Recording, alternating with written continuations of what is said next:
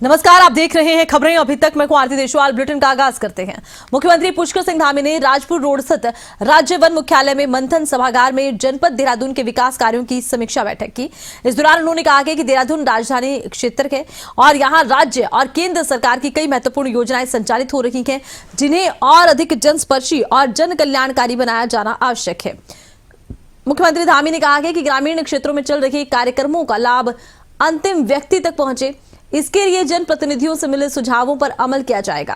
बैठक में सरकार के जन जन की सरकार जन जन के द्वार कार्यक्रम को और प्रभावी बनाने पर भी चर्चा हुई है, ताकि लोगों को घर के पास ही योजना का लाभ मिल सके। उन्होंने अधिकारियों को निर्देश दिए हैं कि वित्तीय वर्ष में शेष बचे समय के अंदर भी सभी विकास कार्य तय समय पर पूरे हों और केंद्र सरकार से जुड़ी एनओसी जैसी प्रक्रियाओं में कोई देरी ना हो।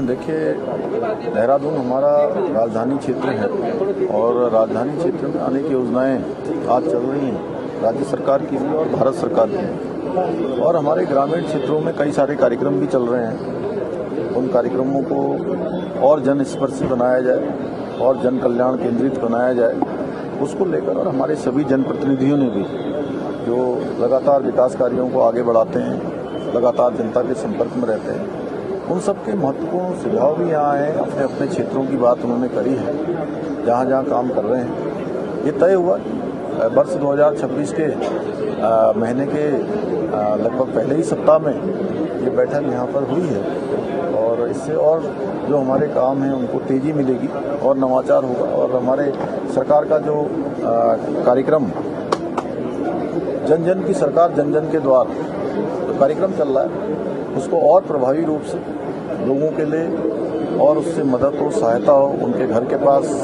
उनको सरकार की सभी योजनाओं का लाभ मिले, सरकार उनके घर पर पहुंचे, उसको लेकर भी चर्चा हुई है। और कुल मिलाकर ये फाइनेंशियल ईयर का भी लगभग 3 माह का समय बचा हुआ है, 2 माह से ज़्यादा समय। और इस फाइनेंशियल ईयर में सभी काम तय समय पर पूरे हो जाएं। डीएम सभी विभागों की बैठक लेकर उनको ये समन्वय करते हुए उनका तय करें, जिनसे भारत सरकार के लिए एनओसी इत्यादि के लिए जाने हैं, उनमें भी किसी प्रकार की देरी न हो। कई बार सड़क की खुदाई करते समय ये भी ध्यान रखा जाए कि उससे लोगों को परेशानी न हो। जिस विभाग का काम है दूसरा विभाग परेशान न हो। कानून व्यवस्था को लेकर राज्य क्या राजधानी क्षेत्र होने के नाते यहाँ की कानून व्यवस्था अच्छी हो, नशा मुक्ति का अभियान और तेजी से चले। विशेषकर युवा, बुजुर्ग और महिला, इन वर्गों को ध्यान में रखते हुए गरीब योजनाओं को नीचे तक ले जाने का काम हो। इसके अतिरिक्त सर्दी का मौसम है और सर्दी काफ़ी पड़ रही है। अलाव जलाए जाएं, रैन बसेरों की व्यवस्था दुरुस्त की जाए, गश्त रात में बढ़ाई जाए।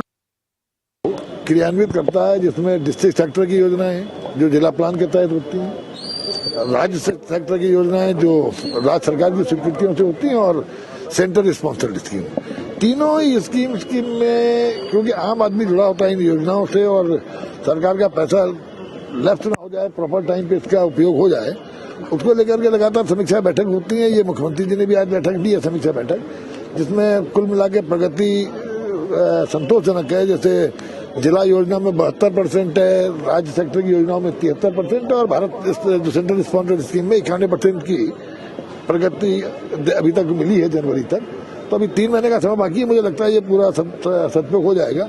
इसके अलावा तमाम आयुष्मान कार्ड जो 9000 के आसपास आयुष्मान कार्ड रद्द किए गए हैं, जो फर्जी तरीके से बनाए गए थे, और कई हेक्टेयर जमीन जो वन भूमि भी है, राजस्व भूमि भी है, ये भी अतिक्रमण से हटाई गई है।